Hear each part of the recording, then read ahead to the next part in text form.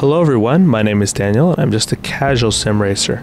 Today I am showing you a race I did this last week in Grand Prix Legends using the newly released Wilmot Hills. Wilmot Hills was the first purpose-built road course in the United States, being constructed in 1953. It was built on the grounds of a ski resort, which ultimately ended up sealing its fate, as in late 1967 the ski resort decided to expand and the Wilmot Hills race course was in the way.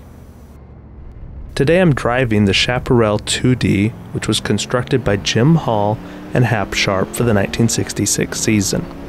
This car is a part of the 1967 sports car mod pack for Grand Prix Legends, and you will see many of the other absolute classics from that late 1960s sports car era on the track as I race today. Ahead of me you can see the Chaparral 2J. Alright, right now I'm going to begin my flying lap. This was my fastest qualifying lap of the session. And so I found that heading into turn 1, you kind of want to brake a bit early and float it up the hill. It's a blind second corner and a blind apex, so you kind of have to be careful and delicate letting it float over. Touch the dirt, and don't be afraid to get on the power early. A little bit of a slide here coming down the back straightaway.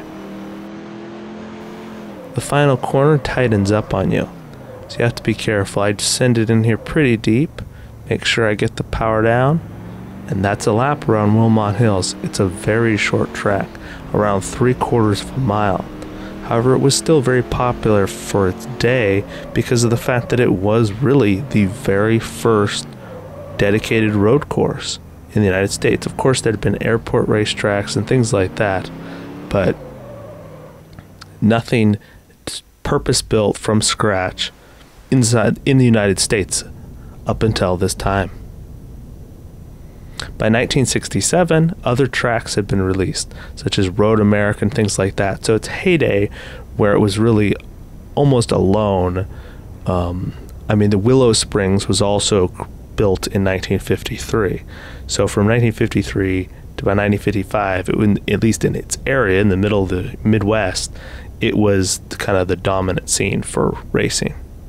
As you can see, I did pretty good, got 10th with my lap time. The Chaparral 2D is not as fast as a lot of the other cars in the pack here, so I actually felt pretty good with the time I put down. Right here you're going to see in the race I get a pretty good jump off the line. Do my best to move up in position. Braking late, a little bit of contact on the inside, and I'm able to slide up another contact, but I'm able to slide up in front of that yellow Ford and get into position here. That was crucial for the race because without that aggressive start, I really wasn't going to have the grunt on the straightaways to make very many moves. Into this last turn here, there is the potential you can sometimes go up the inside if the cars let you, but as long as they have a good entry into the corner, there's really not a great passing opportunity there. Sometimes if the cars screw up the chicane, which we'll be coming up to here shortly as I try to follow closely behind this white Ford. But if you can get a really good run, you'll see right here, you can get a run right up on them. The problem was, even with my best runs, the Ford GTs were just so much faster, and they just got so much more horsepower. But you see right here, see what I'm talking about? I'm able to get up the inside, and then he just pulls away. So I'm doing my best right now to look up the inside of the white Ford and hold things together. Laps here go so quick, don't they? It's just a short little track. Now, hugging that inside line right there. Drifting it over the hill. Ooh, yeah, see? Super loose. Trying to get that power down, trying to make a momentum. Instead, I scrubbed a lot of speed off with that big slide.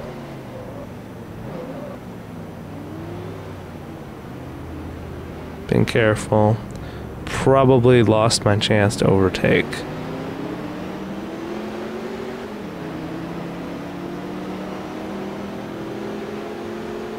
So right now I'm just thinking about my 6th place finish. a points finish for sure. Back then, typically top 6 was a points paying finish. Sometimes in sports car racing it would go a little bit higher, maybe top 8, top 10, but for sure top 6 would receive points.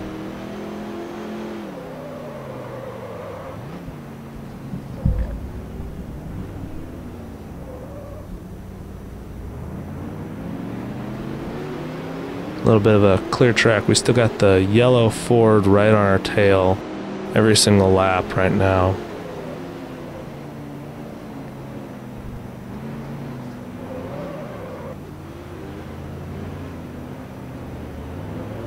Laps are ticking down, and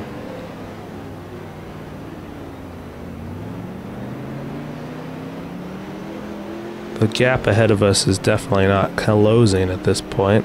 Just gonna have to try to make some clean laps here. So far, so good. One thing about this last corner, if you don't brake early enough, you can just run it way too deep like I did there. Yellow Ford kind of looks, doesn't really commit to anything, just kind of waiting for me to make a mistake right now, it looks like. Oof, got unstable there. There goes the yellow Ford. That was the opportunity I was looking for. Let's see if I can get some momentum here. Catch some dirt there, get a run. Just get loose again. Just really nothing I can do.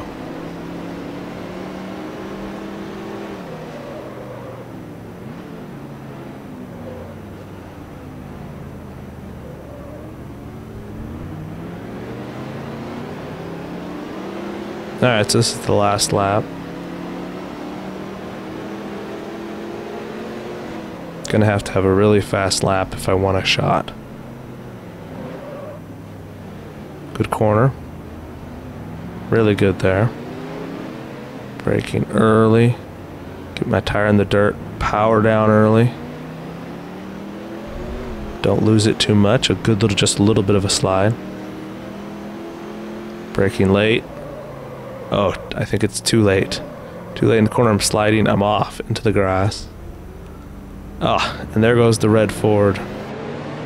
Oh, and there goes the Ferrari as well.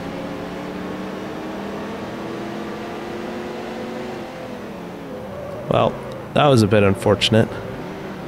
We get P9, however. P9. Not too bad. We started P10, gained a spot.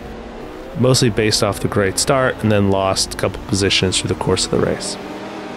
So anyways, here's the results coming up, I think, here in a couple seconds. Yeah, so that was a quick race at Wilmot Hills. I hope you enjoyed the video, and I hope most of all that you have a great rest of your week.